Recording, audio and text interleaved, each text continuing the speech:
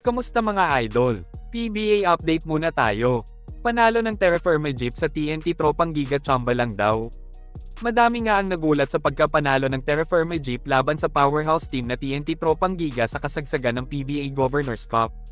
Hindi nga inakala ng mga basketball fans na mangyayari ito sa number 1 team ngayon ng liga, at sa mismong farm team pa sila matatalo at depleted pa ang lineup dahil sa dami ng mga injured player nito.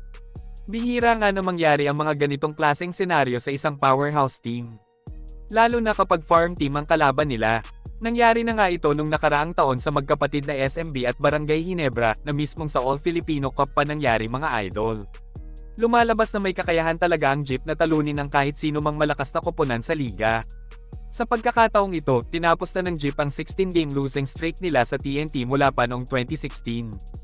Ika nga ng ibang mga basketball fans parang nag-champion na din ng Terra Firma dahil hindi lubos akalain na matatalo nila ang tatlo sa pinakamalalakas na koponan sa PBA. Bagamat nakakaisang panalo pa lang ang Jeep sa 9 na laro ngayong kasisimula pa lang ng PBA season, malaking bonus na din sa kanila na powerhouse team pa ang nabiktima nila sa panalo. Partida pa nga na hindi naglaro ang kanilang mga ace players kagaya ni Wami Chongson at Christian Standhardinger na hindi na makakabalik pa ngayong conference dahil sa injury. Mission accomplished na nga ba ito para sa Terra Firma na nagtapo ng madaming top pick sa PBA?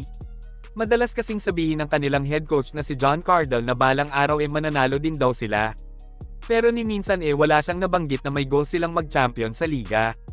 Kaya naman kahit makaisa o dalawang panalo lang sila sa isang komperensya masaya at kontento na ang koponan nila. Lalo na kung makakasungkit sila ng panalo sa mga powerhouse team ng PBA kagaya ng SMB, Ginebra at TNT. Samantala, bayani naman na maituturing si Stanley Pringle para sa Terra Firma. Matapos nga ang makasaysayang trade na nangyari nitong offseason, pinatunayan ni Pringle na malaki pa din ang may aambag niya sa kanyang bagong koponan. Nagtapos siya sa laro laban sa TNT na may 18 points, 5 rebounds at 2 assists na nangungulila sa pagkawala ni Wami Chongson sa lineup ng Jeep. 37 years old na si Stanley Pringle na pinalitan ng pwesto ni Stephen Holt na kanyang kapalitan sa trade. Si Holt ay 32 years old pa lang at mahaba-haba pa ang career na tatahakin sa PBA. Wala nga lang kasiguraduhan kung gaano katagal siyang pakikinabangan ng Ginebra. Kapag hindi pa din nagkampiyon ng Gin Kings sa susunod na 2 taon paniguradong may kalalagyan itong si Stephen Holt. Parang si Maverick Ahanmi silang natinaningan na din ng Ginebra dahil hindi gaanong kaganda ang kanyang performance matapos pumirma ng kontrata sa SMC mula Converge. Hanggang dito na lang muna mga idol. Maraming salamat sa panonood. Kita-kits ulit tayo sa videos na aking ipapalabas patungkol sa basketball. Kung bago ka pa lang sa channel ko, please consider to subscribe at huwag kalimutan pindutin ang like at notification bell button para updated ka sa videos na aking ipapalabas.